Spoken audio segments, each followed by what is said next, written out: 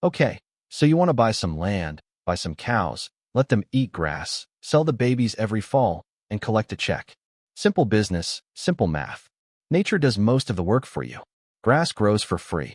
Cows turn grass into meat. You just have to stand back and watch your bank account grow. That's the postcard version. Here's the version nobody puts on a postcard. Ranchland in the United States right now ranges from under $200 an acre in the driest parts of Wyoming and New Mexico to over $15,000 an acre in places with reliable water. Same country, 75 times the price difference.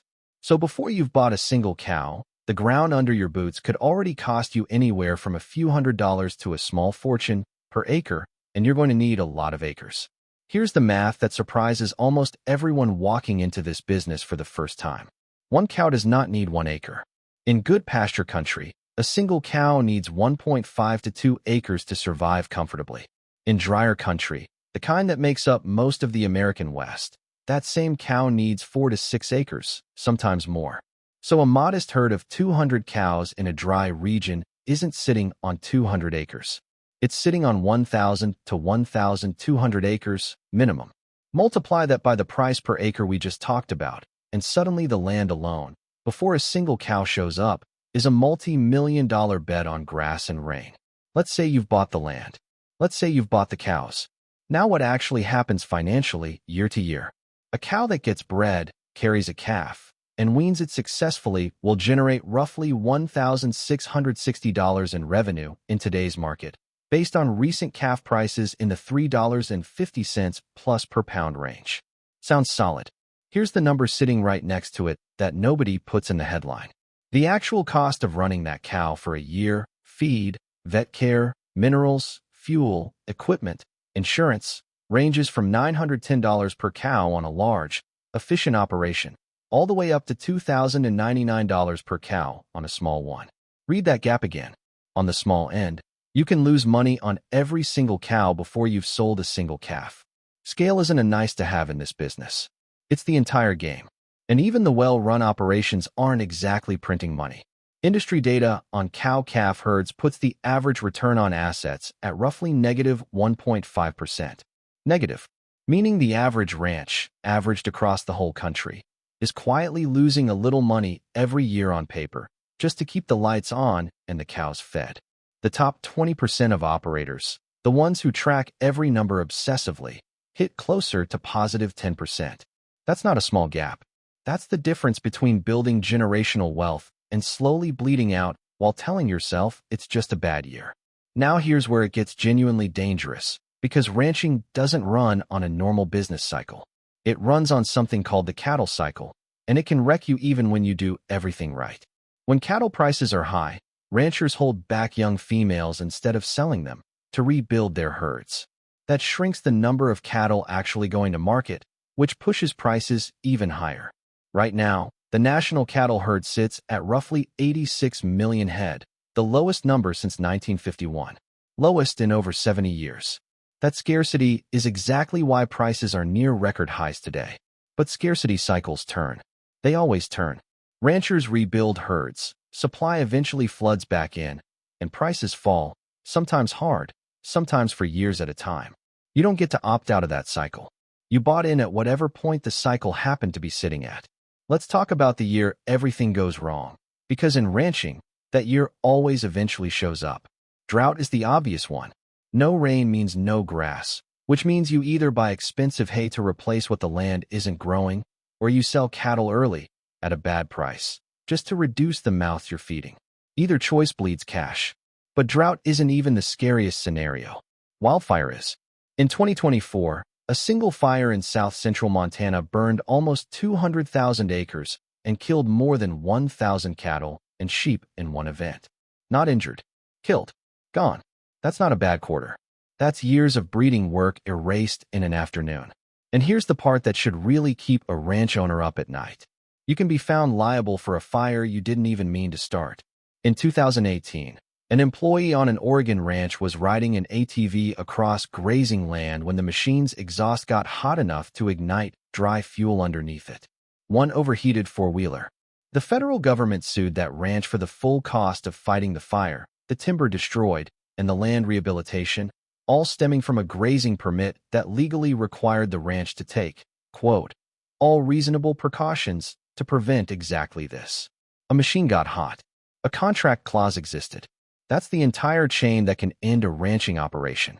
This is why insurance and fencing compliance in this industry aren't boring paperwork.